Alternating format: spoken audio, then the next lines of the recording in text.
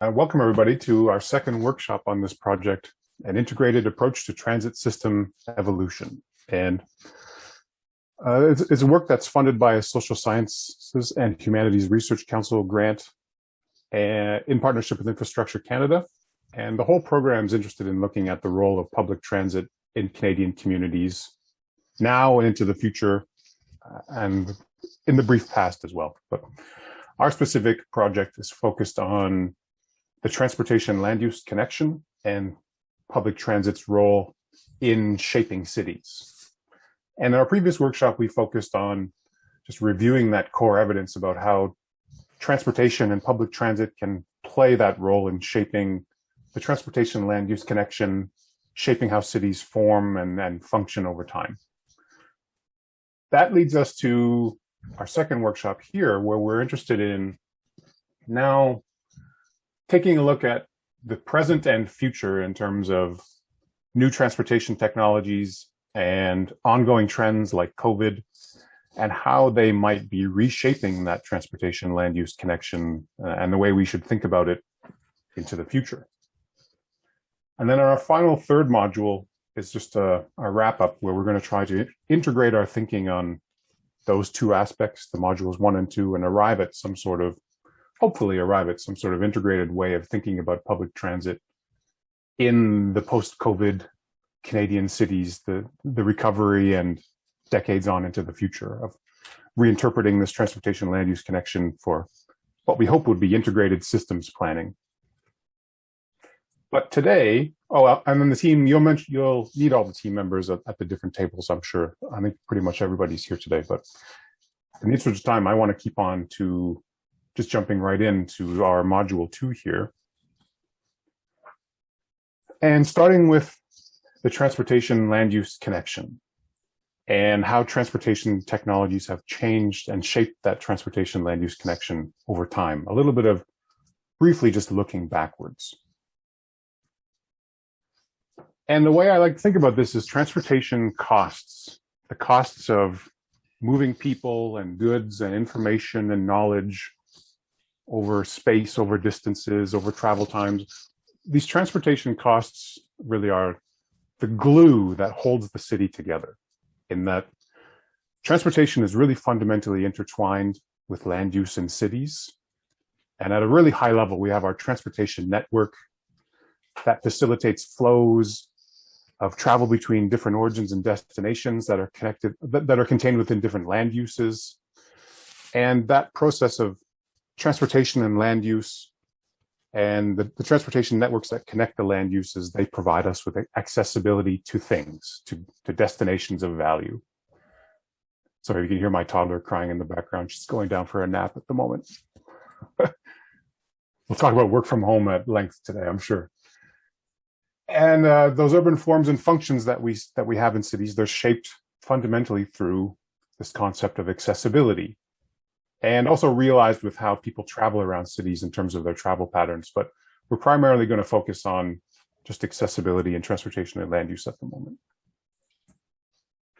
So to briefly define that, accessibility is what we would say a high accessibility area is one where you can reach a lot of different destinations from different origins. You can reach a lot of destinations of value within a given amount of travel time. And it's well documented by this New Yorker cover of a high accessibility area, say in downtown New York City, tall buildings containing lots of opportunities, good transportation infrastructure to connect you to those opportunities, compared to that with a low accessibility place where there's just not much around, not much infrastructure, and not much in terms of transportation networks.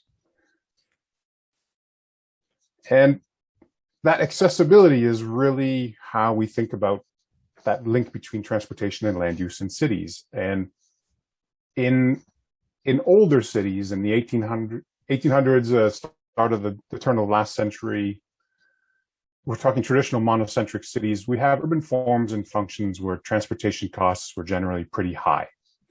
Business functions tended to agglomerate in the central business district for their economies of scale to achieve network effects, getting benefits like access to a larger market, access to a big labor force, access to knowledge spillovers of complementary businesses located also in the central business district, and knowledge spilling over from different firms and leading to higher productivity, lower costs. Industry also agglomerates around major transportation infrastructure like ports or rail terminals because they want to ship bulk materials or heavy goods over longer distances. And walking and transit are the dominant modes of transportation for people movement. And because of that, you see houses located within walking distance or around transit stops for access to their jobs in the central business district, around a monocentric city with one center, one strong central business district that tends to shape outwards. And that kind of model did a really good job of explaining the way cities used to function. This is some neat graphs I found about Kansas City just this morning, actually, but it was about the efficient historic core of Kansas City that was built around the city's the city's streetcar networks around the turn of the century that have since all been removed. But in terms of the land value that was built within just that small urban center, they were estimating there was about 10% of the city's land area was contained within the old streetcar lines within walking distance around the central business district. And that 10% of the city currently still makes up about 30% of the city's land values. So taxable land per acre, or tax value per acre, as you could say. So it's a highly dense old type of core that exists from that really tight integration of transportation and land use when you had high transportation costs and smaller cities. But since then, to go back, now the city looks something like this, of essentially decentralized parts of the city that have built outwards and generally lower amounts of tax revenue generated per acre compared to the old traditional city core. But of course, since that time, transportation costs since 1900 have just plummeted. They were enormously high before then. Roads were rare, rail was rare, people really moved by foot, goods were carried by water predominantly. You had high density cities, both in terms of land use and transportation, and this provided a great advantage for public transport. But significant changes were brought on by new transportation technologies that allowed us to propel people and goods over greater and greater distances using better and better machines and predominantly road infrastructure to support those machines. This paper from Edward Glaser says it's safe to assume now that moving goods is essentially costless compared to 100 years ago. And this has all led to a great decentralization, a great suburbanization of people and jobs from those historic city cores that I was showing in the old Kansas City example. But there's also some limits to this decline of transportation costs. That on one hand, cities have changed their functions, and compared to the old times where cities existed to around a rail terminal or a port. Cities, the function of cities predominantly today is to facilitate contact between people. And the crux of this is that moving people, while moving goods, the cost of moving goods has plummeted, the costs associated with moving people are definitely not free. While cars have simplified movement for a lot of people, and car infrastructure is essentially ubiquitous across North America and increasingly the world, car transportation remains a large proportion of household transport costs, and congestion and delay are also really big transportation costs associated with moving people and goods. And on the other hand, we also have an increase in information and communication technologies that, on the one hand, they've also been theorized to bring about the death of distance, that distance wouldn't matter, that geography wouldn't matter. We could remote access into our jobs through our fax machines or our email accounts, and we would see less pressure on having to travel from your household origin to your job in a central city or something like that. That information can now be shared over longer distances with great ease. The other part of that is, one argument is that, yeah, it's now easier than ever to transmit information over these ICT networks. But there's still something to be said for face-to-face contact. And our U of T president in particular, a lot of his past work argues that, Mayor Gertler's work argues that you need face-to-face contact still to transmit knowledge, because it's tacit knowledge that's hard to codify in a way that can be transmitted over ICT networks. So there's some sort of stickiness involved in meeting face to face that can't be replaced by ICTs. So as a consequence, there's still some forces of agglomeration that are holding the city together, despite a lot of the suburbanization and decentralization that we've seen in the past several decades. But now looking ahead, where this gets particularly interesting is when you consider, if we focus on transportation technologies and their role in shaping cities, looking ahead now, we seem to be at this cusp of a lot of interesting new transportation technologies coming on the scene. And it's hopefully interesting today to talk about how these might shape the way we think about cities developing in the future. But those technologies are things like mobility as a service. Well, there's a lot of terms, and mobility on demand, flexible transportation systems, mobility services, car sharing, EVs, bike sharing, ride hailing, on and on and on. There's a lot of different terms people are talking about. There's a lot of buzz about these types of trends and technologies. And a helpful way to think about them, I think, is to, well, and based on a paper from Eric Miller and one of his students we're going to talk about here, but let's just distill that into these aspects here. We're going to talk primarily about the transportation part of this urban land use system. First, the physical modes, networks, mobility services, and then mobility as a service to kind of structure our thinking. So on the one hand, we've got the physical network, which we all know, the physical infrastructure. It facilitates the travel by different modes. And then the land uses that are contained around that infrastructure, around the network. That they contain the opportunities and the destinations that we value. Then we have the physical modes in terms of the vehicles, the infrastructure, the control systems that we use for moving people and goods. They could be road-based or rail-based, active transport modes like cycling, sub-modes like electric versions of vehicles, autonomous and connected versions of car-based vehicles. A good way of thinking about this is maybe now that modes is too restrictive a concept, and that we could think about this more as means of transport into the future rather than just strictly modes. But in that transportation technologies in the past, they've been associated with a decline in transportation costs and have acted as a push factor for decentralization. These are the technologies. The technologies are in some extent in the modes, like the invention of and mass production of the car. Just briefly on potentially disruptive technologies here, like electric vehicles, that they can reduce operational costs, environmental externalities associated with traditional car transport. They could also entail some constraints on mobility systems, like charging and range constraints. EVs can also enable new micromobility technologies, which we'll talk about in a second, like e-bikes and scooters. Connected and autonomous vehicles are obviously there's a lot of noise about this. They could potentially challenge conventional modes of automobile ownership, where you don't necessarily have to own a car. But it may not bring a shift away from automobile dependency. It could reduce operational costs. It could be a significant part of an overall mobility as a service strategy to facilitate multimodal trip making, to better facilitate.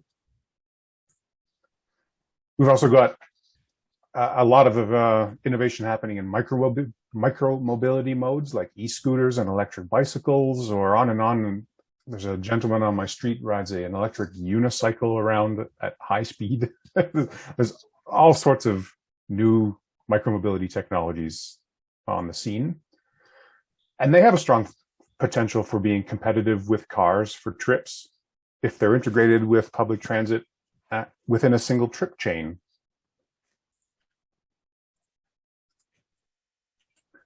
So if that's the modes, now let's talk about the mobility services, and then we'll get up to mobility as a service. So a mobility service is an operational entity that provides the means by which the trip makers, they can contract for a service to enable a requested trip. It could be using one or several modes potentially, but primarily at the moment, one mode. And they can be external, like public transit. Traditional public transit is essentially a mobility service, or a taxi is a mobility service because we contract with the TTC for a trip on the subway or on a bus or streetcar, even though we commonly treat them as modes. But maybe now it's better to think of them as a mobility service.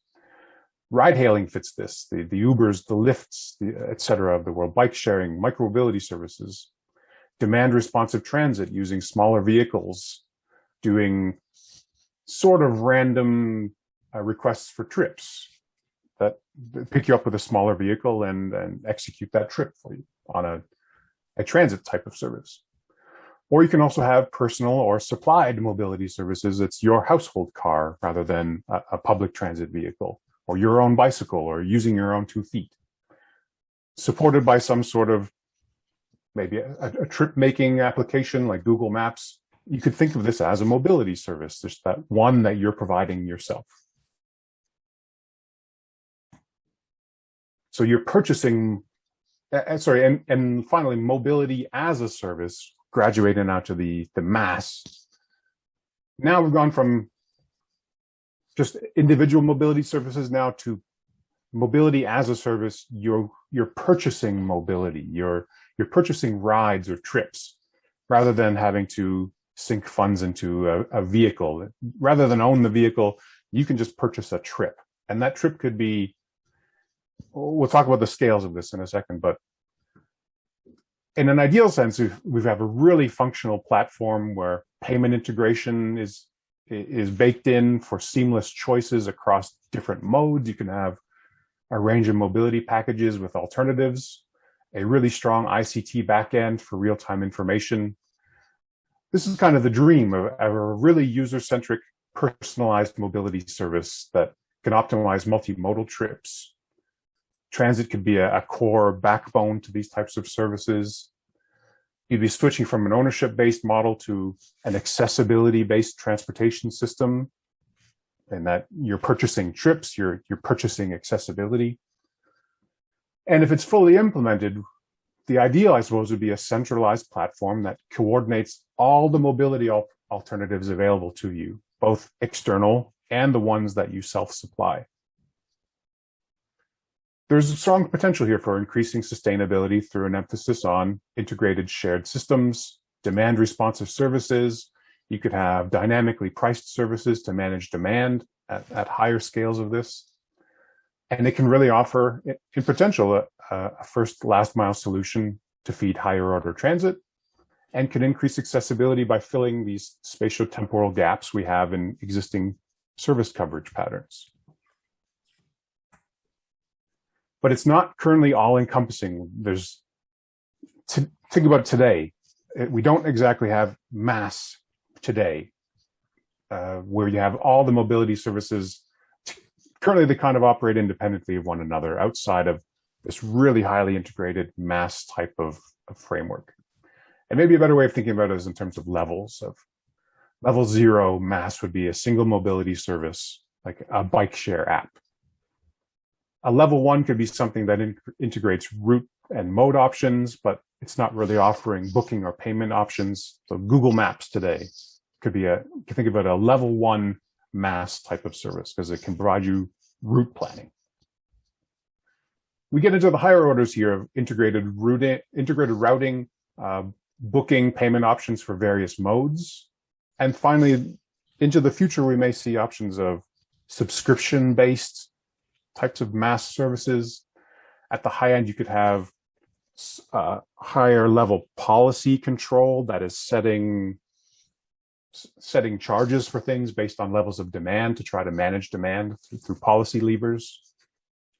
But I suppose that's the dream, right? And then on top of that, aside from the new mobility technologies, we have the COVID-19 pandemic.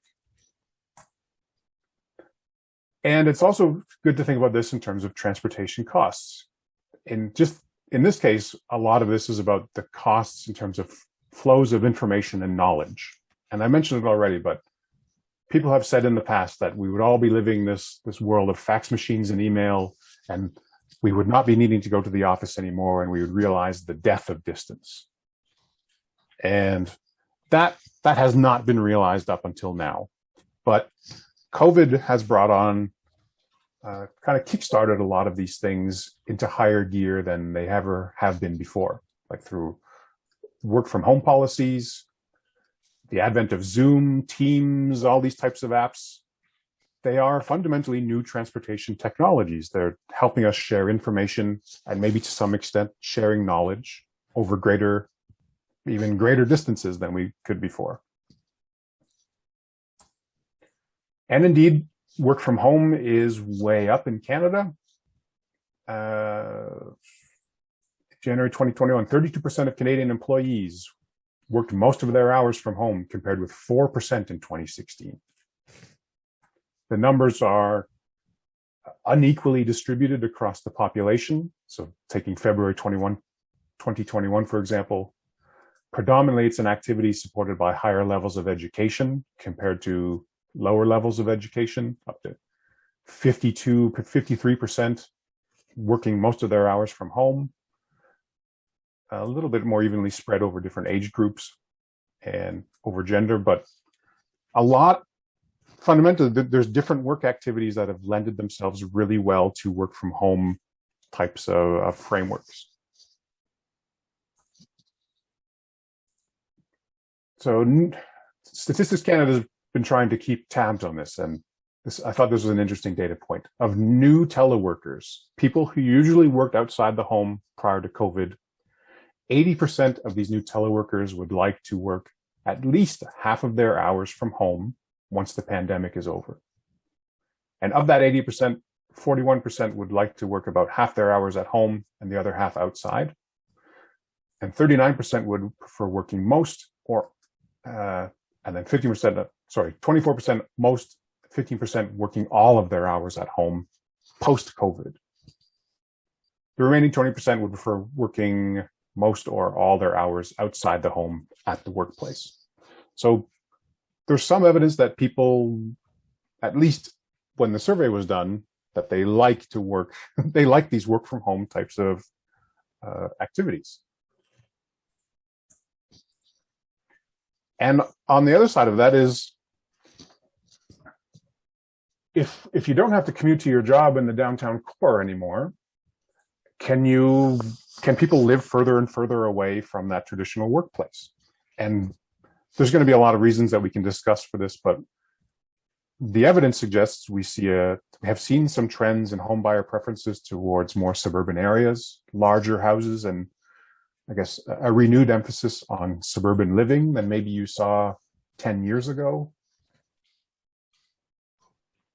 But let me just set the stage quickly for our discussion, and then we can just jump right in. But I have just gathered some evidence that will hopefully color our discussions here today. But from the Toronto Star, new data shows that the number of workers in the financial district is still down by 77%, and experts say it may never recover. The Toronto Region's Board of Trade has been doing a lot of work in terms of trying to monitor the recovery in the region. And just briefly, they segment the region into these different districts, like the Metropolitan Center, the knowledge creation centers around universities and hospitals, the goods production distribution centers. In line with kind of what we've been talking about already, the financial district, this is using data from TELUS, the mobile phone network TELUS, and it's tracking devices and where the devices stay for 30 minutes or longer. Since pre-COVID, you have that huge decline in the number of people visiting the financial district in Toronto. and less decline in the goods distribution parts of the city, but different activities have just currently they've not recovered, and it's an open question on. I would like to know more from you guys on the extent to which they will recover to pre-pandemic levels, these activities. Part of that is the transit death spiral. Experts are warning that post-pandemic recovery may be led by cars, and that TTC ridership has absolutely fallen off a cliff compared to where it may have been not that long ago, had COVID not occurred.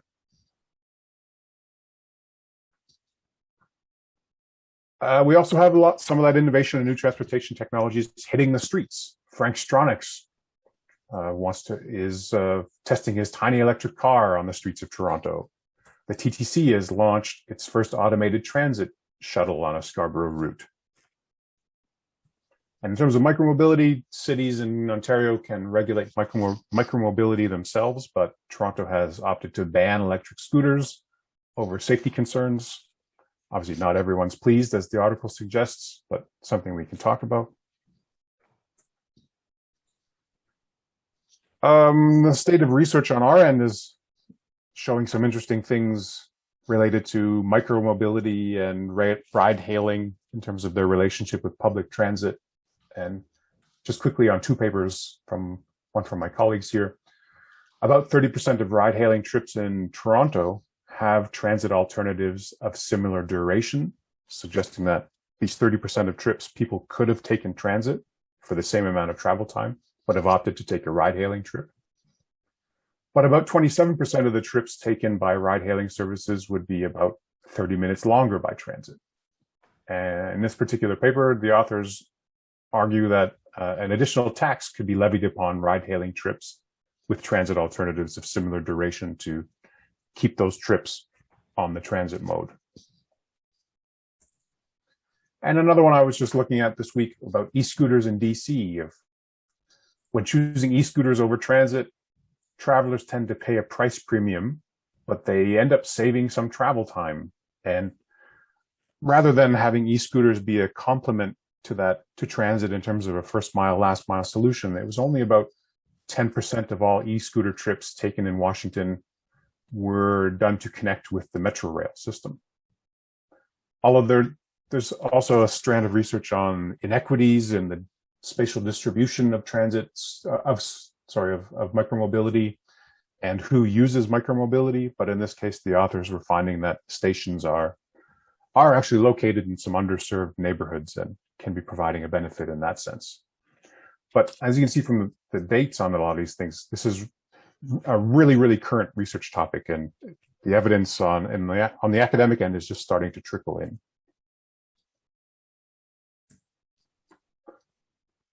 The flattening bid rent curve, what it could mean for the future of downtown real estate. If workers aren't commuting to the downtown core to the same extent that they were pre-COVID, are we going to see a decline in the real estate market, a decline in central business district prices versus suburban areas, a flattening out of the price gradient in cities that's traditionally existed to focus on the central business district? We have, of course, new proposals for significant investments in highway infrastructure into more and more suburban and rural areas. And it's a little bit ironic asking to bring in this up when I've asked you all to attend a Zoom meeting, but Zoom burnout or Zoom fatigue seems to be a real thing of just getting burnt out on these types of interactions and wearing on the psyche in potentially complicated ways. And maybe all of those people that responded to Statistics Canada, or some of those people that responded to Statistics Canada several months ago, as Zoom fatigue sets in, maybe we're going to see a reversal in those of, maybe going to the office wasn't so bad. Or on the other hand, we have Facebook and Microsoft arguing that the future of the office could be unlocked through the metaverse or Microsoft Mesh, where taking it a step further from Zoom, maybe this is the solution for us to avoid Zoom fatigue and better transmit that knowledge in a virtual setting. Can this also be a transportation technology that that shapes the way we think about cities going forward. And finally, to reframe this back in terms of sustainability, it's good to keep track of, I think, some of the ultimate goals here of fundamentally, we do need to eliminate carbon emissions in the transportation sector, in other sectors, reach net zero by 2050 is a common goal, but we need to increase the sustainability of the transportation land use system. Absolutely. And can these transportation technologies provide a way to do that? Are we maybe too focused on this aspect when we could also be thinking of the land use solutions too? There's a lot of buzz about transportation technology solutions, but are there land use planning solutions that probably take longer to implement, but would have a more lasting impact? Something we can discuss in the breakout groups, but certainly there's been increasing emphasis on the 15-minute city and the concept of living locally. And other things to think about, a big one that we're involved in a larger project through my colleague Steve Farber on social equity and justice in mobility and accessibility, and thinking of it through that lens. But hopefully that gives an overview of our current state of thinking. And the reason we brought everyone together is to get into this breakout discussion around 4 questions. And the first one, these are the pieces that we want to get your feedback on to shape our thinking about this. And first one is about mobility as a service. Are we close to realizing an integrated mobility as a service platform? And how will MAS change the way we utilize different mobility services, including traditional, like transit and taxi, and self-supplied modes or self-supplied mobility services? The second table is focused on new mobility technologies. Which of them will be the most impactful on the transportation land use connection? Do you think they will be leading to more or less suburbanization? The first mile, last mile problem of transit. How is micromobility shaping those connections or other ways we think about how people move in cities? Table 3, how much of the COVID-19 related changes in workplace practices, locational preferences, and travel behavior will be permanent?